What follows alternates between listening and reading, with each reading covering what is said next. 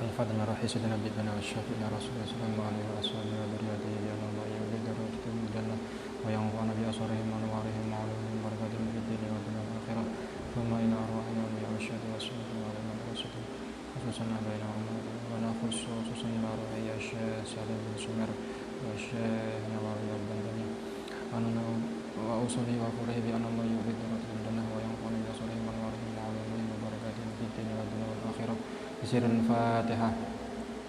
أعوذ بالله من الشيطان الرجيم. بسم الله الرحمن الرحيم. الحمد لله رب العالمين الرحمن الرحيم مالك يوم الدين إياك نعبد وإياك نستعين اهدنا الصراط المستقيم صراط الذين أنعمت عليهم غير المغضوب عليهم ولا الضالين. بسم الله الرحمن الرحيم. Faslun utawi iki iku ana fasal suwiji rupane fasal asbabut tayammumi. Asbabut tayammumi utawi pira-pira sebab-sebabe tayamum iku salah satu niku ana telu. Faqdul ma'i rupane kesepen banyu, wal maradu lan lara, wal ihtiyaju lan butuhe wong butuh ilaihi maring ma'. Oleh butuh li'at syi hayawani krana kanggo ngelake hayawan muhtaramin kang dimulyakno apa hayawan. Jadi napa?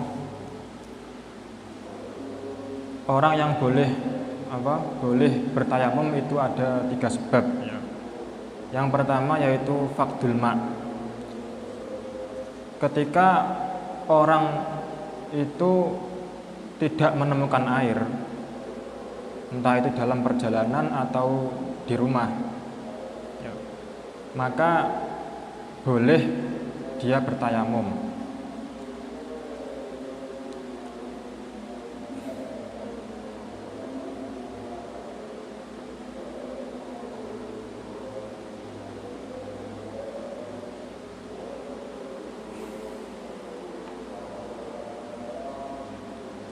Jika orang tersebut itu sudah meyakini ya, jika orang tersebut itu sudah meyakini di tempat itu tidak ada air, maka orang tersebut itu tidak perlu mencari, tidak perlu mencari.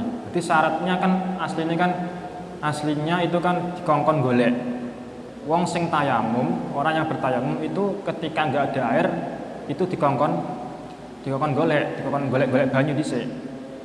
Tapi ketika orang itu sudah yakin, memang sudah yakin nggak ada air, misalkan di padang pasir, ya kan mesti kan yakin nggak ada air karena padang pasir itu kan nggak ada air memang. Walaupun tidak mencari memang nggak ada air. Nah, ini golek malah nganggur kan, malah gak ono gunane. Wong wis yakin gak ono banyu kok golek-golek, kan gak ono gunane. Makanya kalau dia itu sudah yakin maka langsung tayamum boleh. Dan apabila orang tersebut itu masih don itu berprasangka kalau di situ ada air, apakah ada air apa enggak? Koyoke nang kono ono banyu. Nah, berarti ketika orang tersebut itu enggak yakin maksudnya don, berprasangka di situ ada banyu, maka dia harus mencari air. Kalau nggak mencari air langsung don saja, langsung berprasangka oh di sini ada air, langsung tayamum, maka tidak sah tayamumnya, harus mencari-cari dulu. Karena apa? Karena kalau nggak mencari nggak akan menemukan air. Walaupun sudah mencari, kalau tidak ada air maka boleh tayamum. Karena di Quran kan falam tajidu ma'an. Jadi jikalau kamu tidak menemukan ma'an ing banyu. Di Quran kan jikalau kamu tidak menemukan air. Berarti menurut ulama yang lain walaupun dia sudah yakin, dia mau kan kalau sudah yakin tidak perlu mencari air ya kan, karena sudah yakin. Tapi kalau menurut ulama yang lain walaupun sudah yakin atau don atau berprasangka ya, berarti orang tersebut itu juga harus mencari. Karena apa? Karena di Quran itu ngongkon golek. ya falam tajidu ma'an, maka kamu tidak menemukan air. Jenenge wong gak nemokno iku mesti sadurunge golek-golek sik kan. Aku golek iki gak nemokno. Berarti kan ketika gak nemokno berarti sadurunge golek. Makane nang Quran iku dikongkon golek banyu dhisik walaupun yakin atau don tetep dikongkon golek banyu dhisik. Bukan kok langsung tayamum, harus golek-golek. Lah golek-golek kadare sak pira? Pokoke kadare sampeyan bengok wong iku krungu. Ya misalkan bengoke iku sekitar 100 meter kok wonge wis krungu berarti sampeyan golek ke arah barat, timur, selatan, utara itu sekitar 100 meter. Berarti kalau lebih dari 100 meter berarti wis gak wajib golek meneh. Berarti ukurannya berarti berapa? 100 meter. Nah, itu kira-kiranya saja, kira-kiranya. Terus yang kedua yaitu wal marodu dan sakit. Berarti dikarenakan sakit. Berarti orang yang sakit itu boleh tayamum. Sakit yang bagaimana? Sakit yang minimal divonis oleh medis, ya divonis oleh medis tidak boleh terkena air. Kalau terkena air Kalau terkena air sembuhnya tambah lama. Atau kalau terkena air itu tambah parah sakitnya. Nah, berarti kalau sudah divonis medis seperti itu, maka boleh bertayamum. Jika kok nggak divonis medis, hanya kamu hanya berprasangka saja, langsung tayamum nggak boleh. Pokoknya syaratnya harus divonis oleh medis, divonis oleh dokter spesialis kulit misalkan. Nah, kalau nggak divonis oleh medis, oleh dokter, maka tidak boleh untuk bertayamum.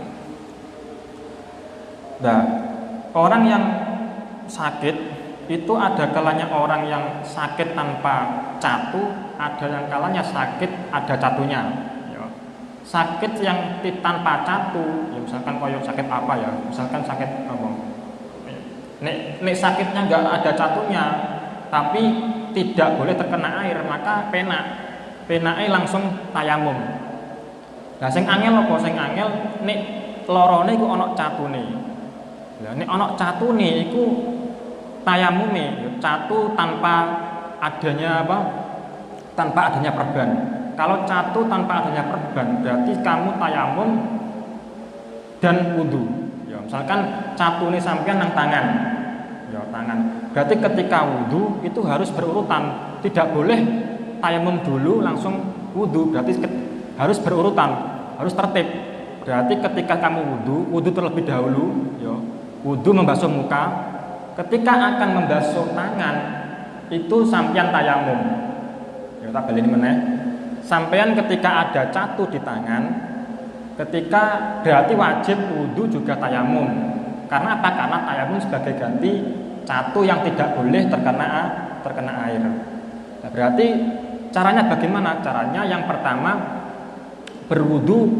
pertama kan wudu dulu. Wudu membasuh wajah. Ketika akan membasuh tangan kanan yang ada catunya, maka tayamum dulu baru membasuh tangan.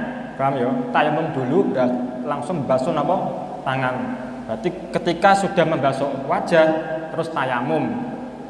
Bertayamum lagi membasuh tangan. Nah, ketika membasuh tangan itu ketika sisi-sisi catu dek mau, borok yang mau dilap-lapi, gak apa-apa, gak mengalir gak apa-apa. Yang penting bagian yang jauh dari catu bisa mengalir, tapi bagian yang dekat dengan catu tidak mengalir gak apa-apa, diusap-usapi wae. Nah, kenapa kok ada tayamum, ada wudu? Karena tayamum sebagai ganti catu yang tidak terkena air. Nah, setelah membasuh tangan baru membasuh tangan kiri dan seterusnya. Nah, itu tata caranya wudu dan tayamum. Luwih angel meneh. Nek catune iku mau ana perbane. Ya. Nek ana perbane iku ditafsil, ada 5 perincian. Yang pertama, ketika perbannya itu di anggota tayamum, berarti perbane tidak boleh dicopot. Kalau dicopot malah bahaya, malah tambah parah. Berarti ketika perban itu tidak bisa dicopot, maka ketika perbannya itu di anggota tayamum, berarti mana anggota tayamum? Wajah dan tangan. Nah, ketika di anggota tayamum, maka wajib mengulang sholat lagi. ya wajib mengulang sholat, wajib mutlak. Terus yang kedua, ketika perbannya itu di anggota wudhu, dan perbannya itu mengambil lebih dari mengambil anggota yang waras yang lebih dari ukuran semestinya. Misalkan ukurannya mengambil kadar ketika perban itu kuat untuk menempel di anggota, itu kan pasti perban itu mengambil anggota yang sahih, anggota yang waras, pasti mengambil anggota yang waras. Nah, ketika kok melebihi kadar minimal, maka wajib mengulang. Walau entah itu diletakkan setelah berwudu atau sebelum berwudu. Misalkan perbannya itu cukup sak senti, berarti mengambil anggota sahih itu sak senti tok. Berarti wajibnya ya sak senti tok. Kalau lebih dari sak senti, 2 senti, maka wajib mengulang sholat. Terus yang ketiga yaitu ketika meletakkan perbannya itu mengambil anggota sahih, yang tidak melebihi kadar minimal. Mau kan minimalnya sak senti, berarti ya kudu sak senti. Tapi meletakkannya itu di waktu hadas, maka itu mutlak mengulang sholat. Nomor 3 ya. Terus nomor 4 itu Yang nomor 4 yaitu ketika meletakkan perban di anggota wudhu, dan sebelum meletakkan itu sudah berwudhu. Nah, maka yang keempat ini tidak wajib mengulang sholat. Dan yang kelima juga tidak wajib mengulang sholat, yaitu tidak mengambil anggota yang sahih sama sekali. Jadi perbannya itu borok pas.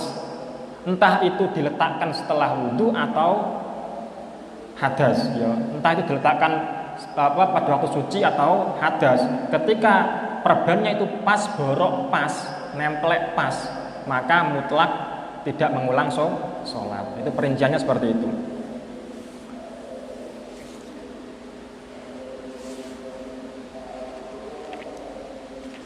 Terus yang ketiga yaitu wal ihtiyaju ilaihi li atsyi hayawani muhtaramin.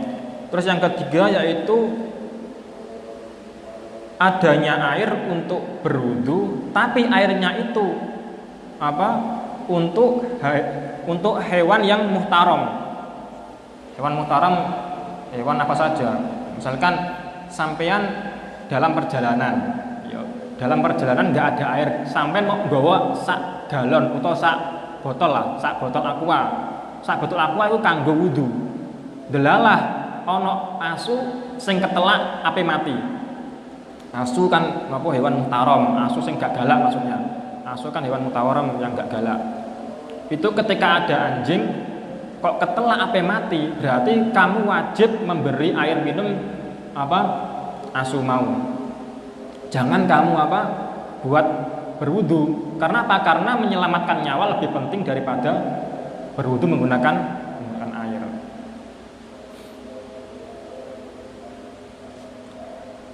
Nah, jadi ini sampean kok lebih mengutamakan wudune sampean daripada asune mau. Sampai asune mau mati, sampean kena dosa. Mbok dosa cilik, mbok dosa gedhe ra ngerti ya, pokoke kena dosa ngono ae.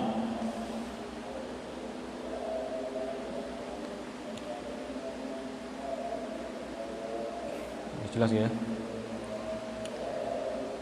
Ghairul muhtarami utawi jadi iku syarat yang nomor 3 dek mau ya. Ghairul muhtarami utawi hewan kang ora muhtaram. Ghairul muhtarami utawi hewan kang ora dimulyakno. Iku sitatun iku ana 6. Tarikus sholati rupane wong kang ninggal salat. Nah, wong sing ninggal salat itu dianggap hewan muhtaram, hewan sing ghairul muhtaram. Ya. Kenapa kok dianggap hewan yang ghairul muhtaram? Berarti orang yang meninggalkan salat walaupun dia Islam itu berarti orang tersebut itu apa?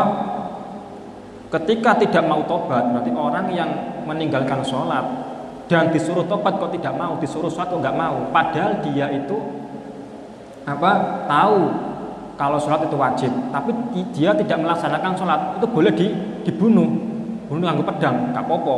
Karena apa? Karena dia sudah tidak sholat, ya tidak sholat dan disuruh tobat kok tidak mau, itu dibunuh itu tidak apa? Tidak apa. Orang yang membunuh tidak dosa dan tidak apa terkena had, nggak terkena apa hukuman. Tapi kalau orang yang tidak sholat kok belum disuruh tobat langsung dibunuh, maka orang yang membunuh itu berdosa, ya. Tapi tidak terkena had, ya berdosa tapi tidak terkena had. Karena apa? Karena membunuhnya itu membunuh yang apa? Yang benar, tapi salahnya di segi apa? Di segi tidak disuruh tobat dulu, ya, salahnya itu mau. Jadi dosanya itu karena tidak disuruh tobat dulu. Wazani lan wong kang zina, wazanil muhsani lan wong kang zina muhson. Wong zina muhson itu orang yang zina yang sudah mempunyai istri atau suami, yaitu orang yang sudah mempunyai istri atau suami tapi zina dengan orang lain, itu zina muhson. Berarti zina muhson ya dianggap hewan sing gak muhtaram, kudu dipateni, kudu dikena had, ya kena apa? Kena had, dirajam. Orang yang apa? Orang yang zina az-zaniyatu az-zani waz-zaniyatu farjumuha ya harus dirajam itu diantemi watu, jadi dipendem setengah, ya dirajam dipendem setengah terus diantemi watu sampai mati. Iku jenenge rajam. Iku had tuh hukuman yang seperti itu. Iku hukuman orang yang zina muhsan.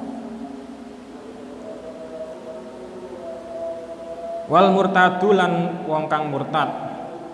Wong sing murtad juga dianggap apa? Orang yang apa? Hewan yang apa? Tidak muhtaram, juga boleh dibunuh. Karena apa? Karena orang yang murtad itu orang yang meninggalkan Islam, orang yang putus dari Islam dengan sengaja. Ya, berarti orang yang murtad itu ya wajib mengqadai sholat, walaupun ketika orang murtad kok kembali ke Islam lagi berarti wajib mengqadai sholat. Tapi kalau orang kafir kok kembali orang kafir kok masuk Islam berarti tidak wajib mengqadai ketika kafir, karena asal muasalnya itu kafir. Berbeda dengan murtad. Kalau murtad kan asalnya Islam terus jadi kafir terus balik Islam meneh, berarti wajib mengqadai. Wal kafiru lan wong kafir al harbiyu kang harbi apa kafir. Yang ke berapa ini? Yang keempat yaitu kafir harbi. Kafir harbi juga boleh dibunuh.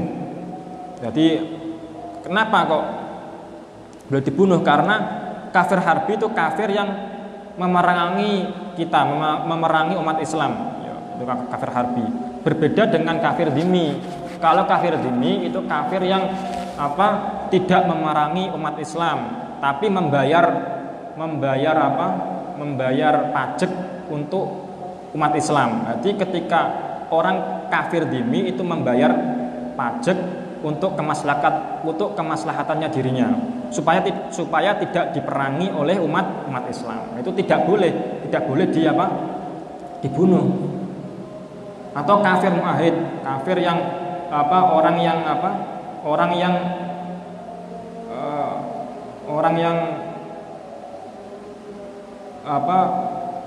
yang janji dengan apa? Pemerintah Islam janji memberikan maslahat, ya, memberikan apa? Maslahat untuk tidak perang. Nah, itu kafir muahid. Kafir itu akeh, kafir dhimmi, kafir muahid, kafir musta'man. Ada 3, ada 4 ya. Terus kafir harbi. Nah, kafir yang selain harbi itu tidak boleh apa? Dibunuh. Karena apa? Karena ada maslahat untuk umat apa? Umat Islam. Ya. Kalau kafir di negara kita itu kafir apa? Kalau kafir di negara kita itu tidak memenuhi semuanya ini. Jadi tidak memenuhi juga ora kafir karbi, juga kafir dimi, juga kafir muahid. Jadi kafirnya itu dihukumi kafir apa? Dihukumi kafir harbi, dihukumi kafir harbi tapi dihukumi tidak kafir harbi, dihukumi kafir dimi. Walaupun memang kafir yang ada di Indonesia ini itu tidak kafir dimi, juga tidak kafir harbi. Ya kan bingung menghukumi kafir Indonesia ini. Mergo kafir kafir dimi itu kafir yang membayar pajak untuk umat Islam, bukan membayar pajak untuk negara loh, umat Islam, untuk umat Islam. Kalau kafir di Indonesia ini kan yoga bayar pajak untuk umat Islam, yoga memerangi kita. Berarti kan dihukumi apa? Dihukumi apa? Kafirnya itu dihukumi kafir harbi, tapi bukan hukum kafir harbi, tapi dihukumi apa?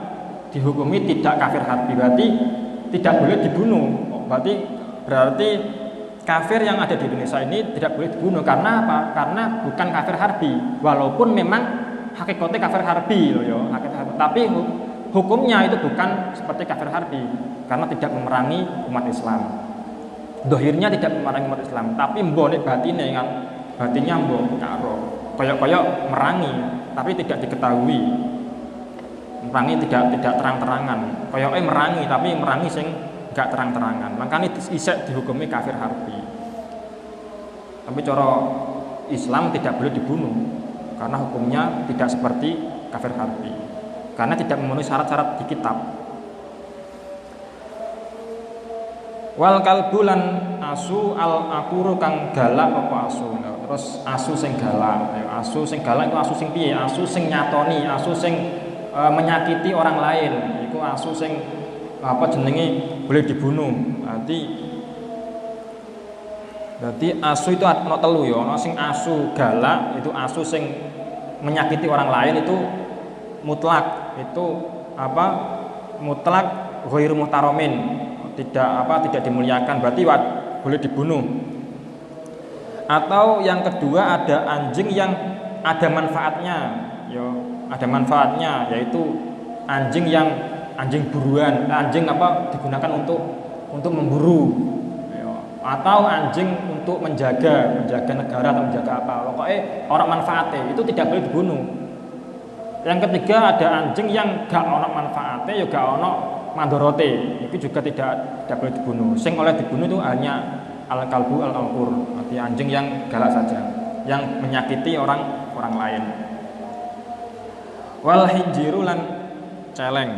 Nah, celeng mutlak ya, cek galak cek ora tetep dianggap hewan ghairu muhtaram. Karena menurut ulama celeng itu hewan yang menjijikkan. Karena apa? Karena kulitnya atau dagingnya itu ada set atau cacing set yang tidak bisa terlepas di daging celeng mau. Makanya diharamkan mergo apa? Mergo daging mau ana set sing gak iso diilangi. Diilangi nggo apa gak iso. Wis permanen di daging di daging hinjir mau, daging celeng wis permanen. Makanya diharamkan mergo iku, mergo membahayakan pada tubuh. Asu ya diharamno mergo apa? Mergo ilatnya sama. Ya ilatnya sama, alasannya padha. Padha-padha apa? Padha-padha dagingnya iku mau ya jenenge ana sete, ana hewan sing tidak bisa terlepas di daging tersebut. Berarti haramnya sama. Walaupun di Quran enggak ada, tapi menurut usul fikih, menurut kias, ya dikiaskan itu ilatnya sama antara anjing dan babi.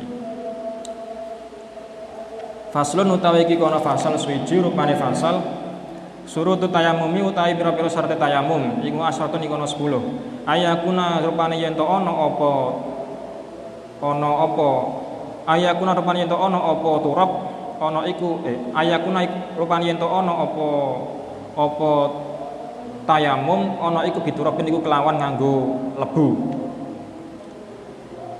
Wa ayakuna lan yen to ana apa aturabu apa turab ana iku tahiron iku suci. Jadi syarat tayamum ada 10. Yang pertama yaitu menggunakan lebu. Lebu yang bagaimana? Lebu yang ada bleduke, sing ana bleduke ya. Jadi sing ana bleduke, bukan kok lebu sing gak ana bleduke. Yang digunakan untuk tayamum itu hanya bleduke tok, ora kok turape. Jadi misalkan di kaca, di tembok, di tempat mana saja itu kan ada debunya. Ya, debu itu bisa digunakan untuk tayamum. Kayak nang kaca, nang tembok, itu kan ana debune kabeh. Berarti sampean nganggo tayamum gak apa-apa, sampean templekno sampe tayamum. Iku debu tok itu, berarti gak apa-apa.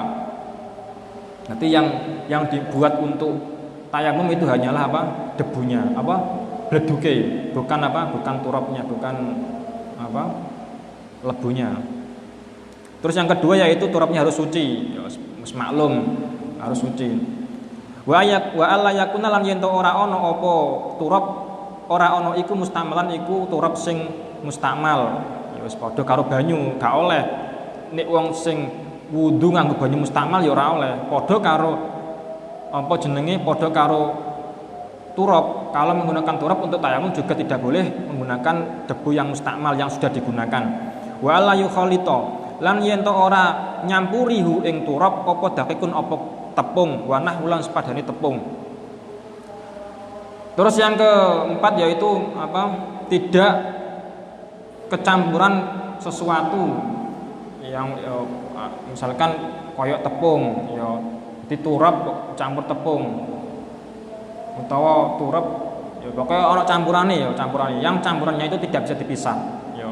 Jadi ketika ada campuran seperti tepung atau yang lainnya maka tidak boleh digunakan untuk tayamum. Wa yang sudah lan yen to nejo sapa mutayammim nejo hu ing turab. Nah, nejo maksudnya piye? Nejo ada nejo maksudnya itu apa? Memindah naklut turab ya memindah apa? Debu yang asalnya di tembok atau di kaca dipindah ke wajah ya. Dipindah ke wajah. Sifatayam mamu sa'idan thayyiba ai turaban. Jadi ana nejone sa'idan thayyiba, nejo sing apik. Jadi ketika akan memindah turab kudu ana qasdu. Padha karo salat ya. Salat sampeyan salat iku rukuk, sujud, iktidal iku kan kudu ana qasdu. Qasdu iktidal, qasdu rukuk, qasdu sujud. Ketika enggak ada qasdu maka sujud kamu tidak sah, iktidal kamu tidak sah. Misalkan kamu ingin bangun dari sujud, dadalah ana kalau jengking, ndak jingkat, enggak sengaja, di refleks. Badan kamu refleks langsung jingkat. Itu kan enggak ada qasdu, enggak ada keinginan untuk apa? Bangun dari sujud. Maka ketika tidak ada keinginan bangun dari sujud maka tidak dinamakan qasdu. Nah, seperti ini sama. Orang yang bertayamum memindahkan debu apa dari kaca atau tembok ke wajah maka harus adanya qasdu. Wa ayam sahalan yen to ngusap sapa mutayammim ngusap wajhahu ing raine mutayammim wa yadaihi lan tangan loro ni mutayammim oleh ngusap bidurbata ini kelawan rong pukulan. Terus yang selanjutnya yaitu mengusap wajah. Wamsahu biwujuhikum. Berarti falam tajidu ma'ang fatayammamu sa'idan thayyiba wamsahu biwujuhikum. Berarti wamsahu berarti membasuh apa? Mengusap ya. Mengusap wajah. Wajah dan dua tangan. Jadi ketika mengusap wajah dan kedua tangan itu syaratnya harus bidurbaten, harus apa? Dua pukulan. Pukulan pertama itu untuk wajah, pukulan kedua untuk apa? Untuk dua tangan. Wa ayyuzila lan yento iso ngilangi apa? Apa turab? Ya. Wa ayyuzila lan yento ngilangi. Wa Wa ayyuzila lan yen ngilangi sapa mutayammim ngilangi anajasata ing najis. Wis maklum, berarti ketika sebelum tayamum itu harus sebelumnya harus menghilangkan najis terlebih dahulu. Awalan oleh ngilangi awalan ing dalam kawitane. Wa ayastahida lan yen to wa ayastahida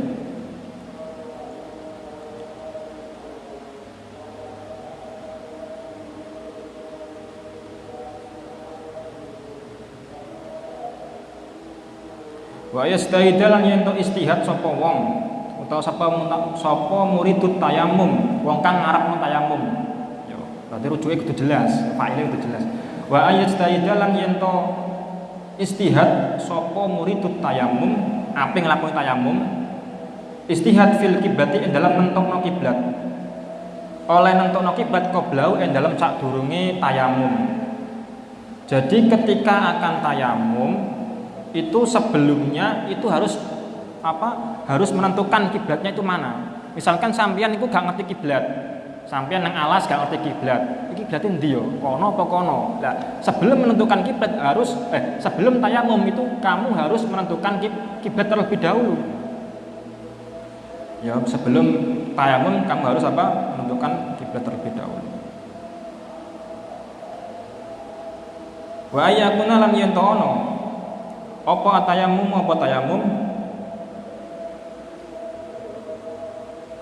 ana iku badha dukhulil waqti iku tetep ing dalem sause mlebune waktu. Nah, jadi ketika tayamum itu harus menunggu masuknya waktu. Karena apa? Karena tayamum itu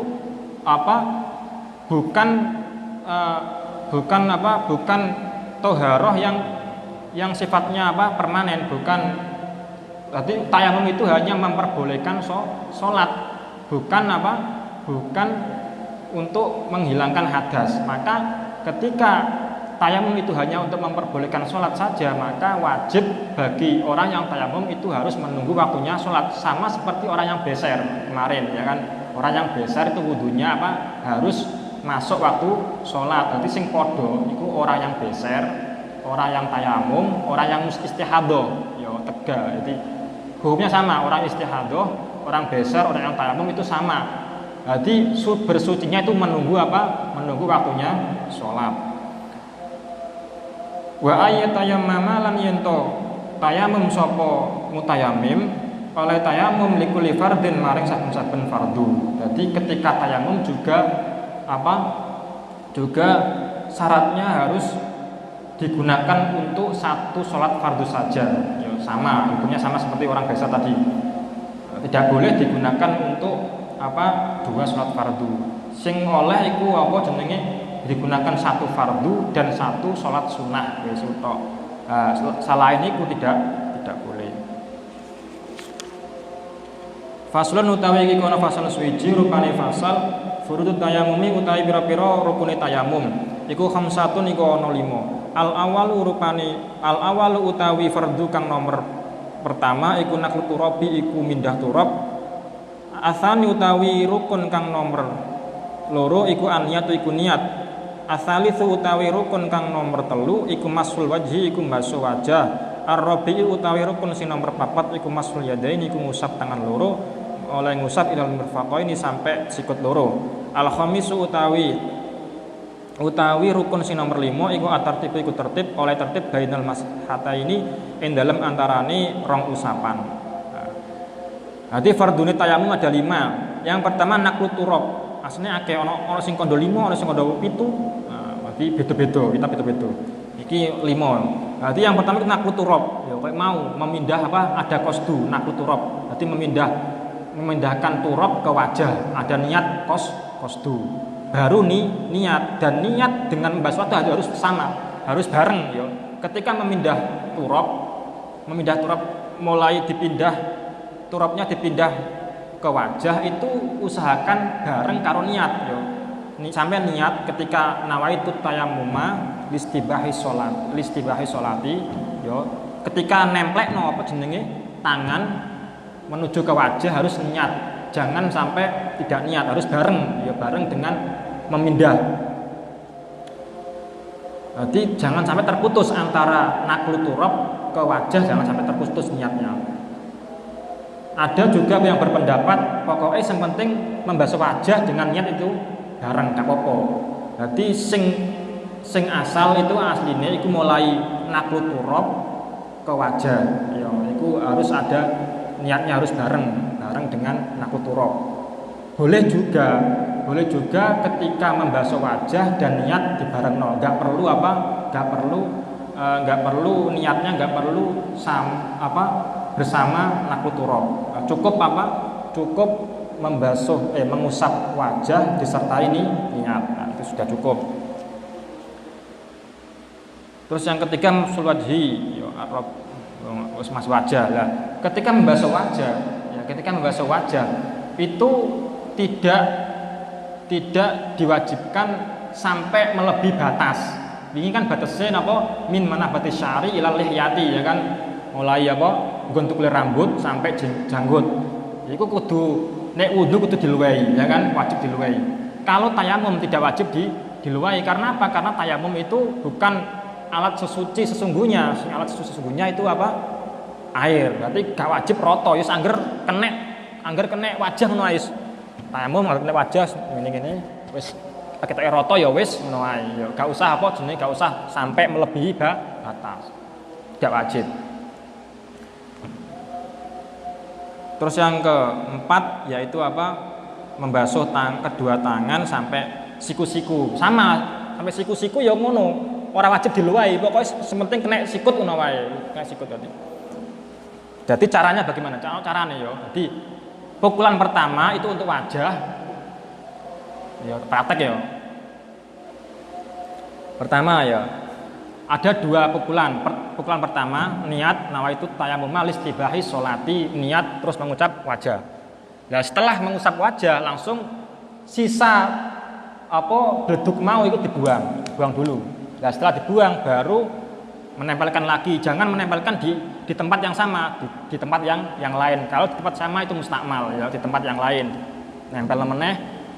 Terus didahulukan anggota yang kanan. Yang driji sing driji ya. Jadi telapak tangan itu digunakan untuk dua tangan, dua lipatan tangan. Sing driji itu untuk Untuk tangan yang bagian luar, sing epek-epek itu untuk tangan yang bagian dalam. Jadi gini, di tangan driji mulai sini sampai ugel-ugelan itu dirapetno.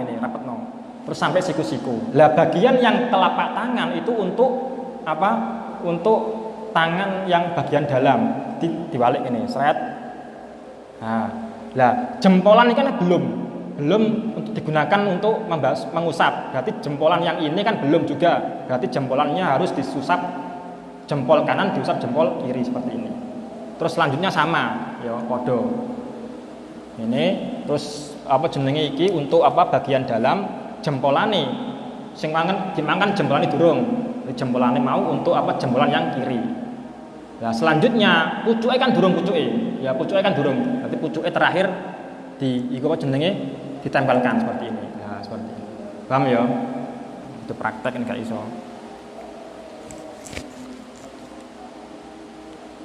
Faslun utawi iki kono fasal suwiji rupane fasal mubtilatul tayamumi utawi pira-pira perkara kang batalake tayamum. Iku salah satu niku ana telu. Ma iku suwiji-wiji abtola kang batalake apa ma batalake alwudu'a ing wudu. Waridatu lan murtad wa tawahhama lan nyipta Allah sapa wong nyipta Allah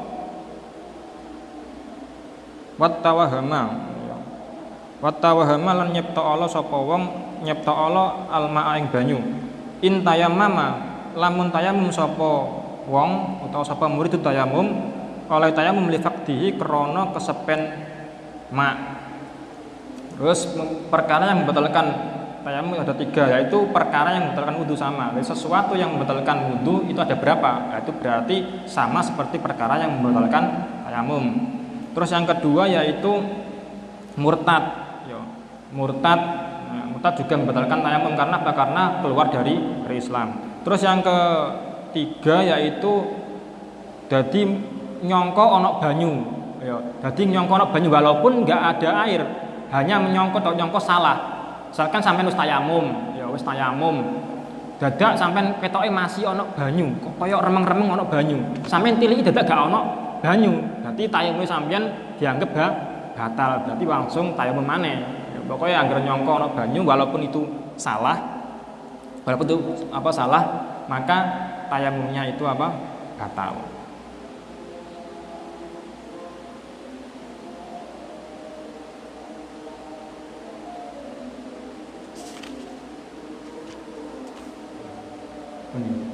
Faslun wallahu a'lam.